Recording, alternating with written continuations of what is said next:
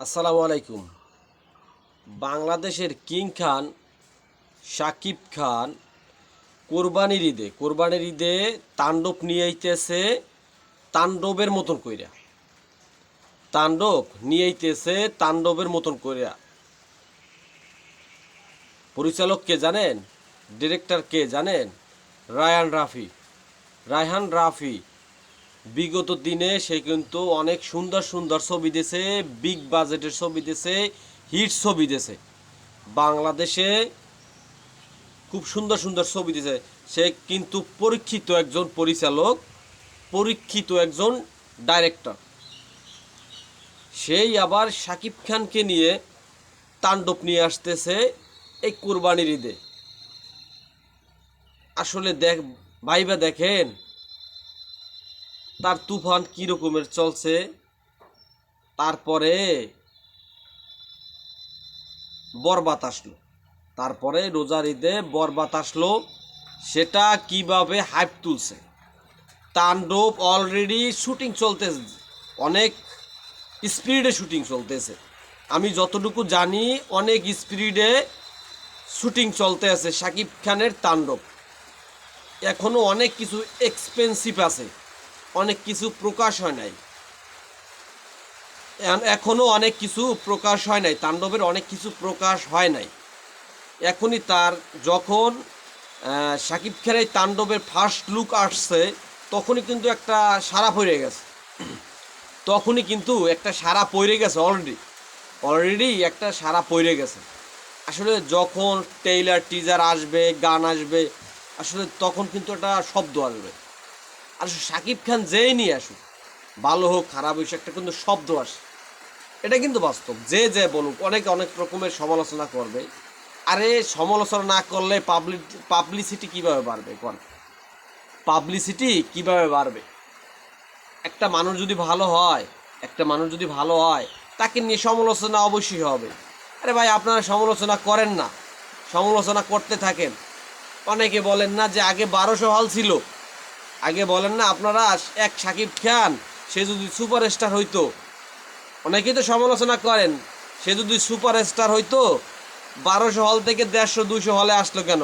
আরে ভাই, সেই সময় ইউটিউব ছিল না, সেই সময় ফেসবুক ছিল না, সেই সময় এত বড় সোশ্যাল মিডিয়া ছিল না ভাই।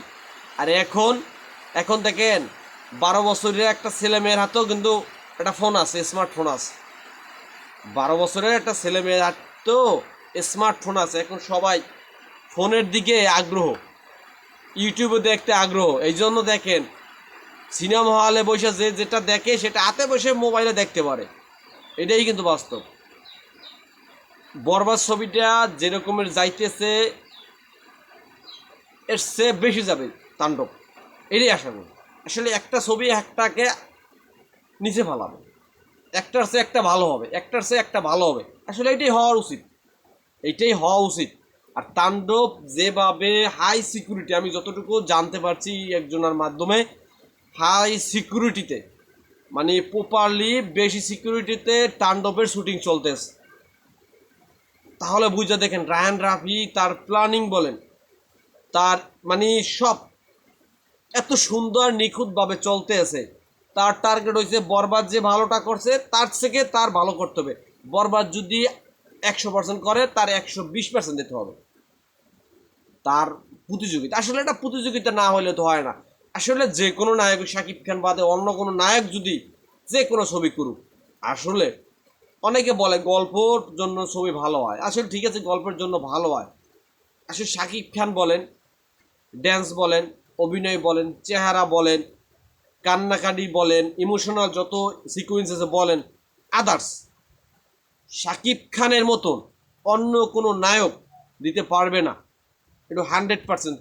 5-7টা যে কটা গুণ বলছি, এই কটা গুণবলী আছে বলি, এই গুণবলী আছে বলে সে শাকিব খান হচ্ছে নাম্বার 1, হয়েছে মেগা স্টার হয়েছে। আপনারা মানেন আর না মানেন, আপনারা না মানলেও কিছু আয় যায় না। যারা তাকে নিয়ে আবিজাবি মন্তব্য করেন, আসলে তাদের না মানাটাই উচিত, তাদের না মানাটাই উচিত।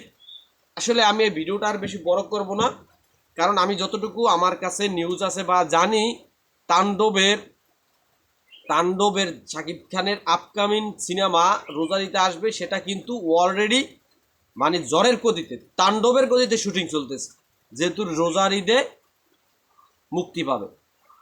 আমরা তাণ্ডবের জন্য খুবই অপেক্ষা করতেছি, কখন তাণ্ডব আসবে।